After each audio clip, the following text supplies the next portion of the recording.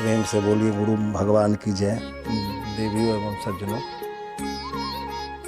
तो मनुष्य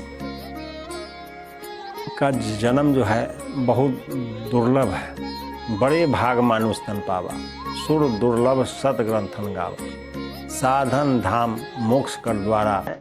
प्रभु के प्राप्त करने के लिए, भगवान को प्राप्ति के लिए आपको घर छोड़ना है, परिवार छोड़ना है, बिजनेस छोड़ना है, व्यापार छोड़ना है, नौकरी छोड़ना है, पढ़ाई छोड़ना है, गृहस्थी छोड़ना है, ऐसा कुछ नहीं है।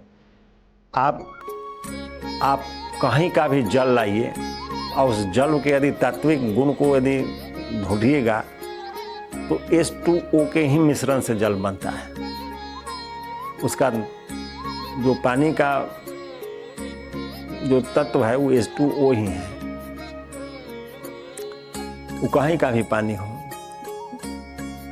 कुआं का हो, नदी का हो, नल का हो, कल का हो, कहीं का भी हो, लेकिन जल का तत्व वही होगा।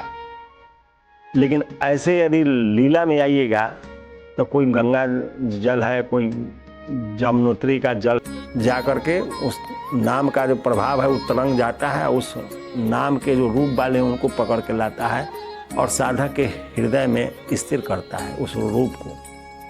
तो जपिए नाम रूप बिन देखे।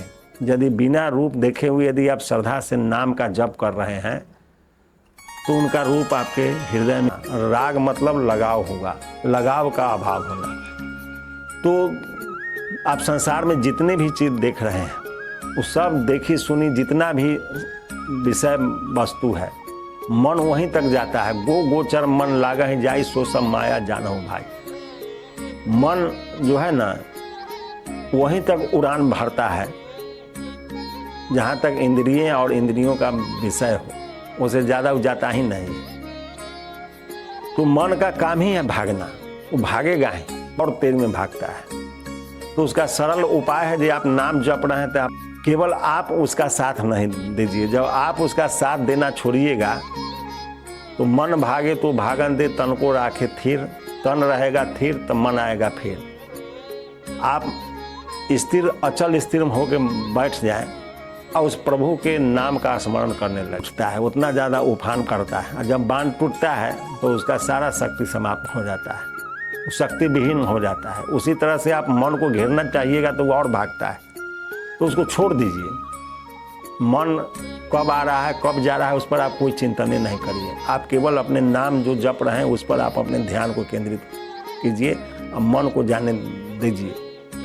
आप एक दृष्टा के रूप में बैठ करके और जाप करना स्टार्ट करिए। आप देखने वाला बन जाइए जो आप नाम का जप कर रहे हैं।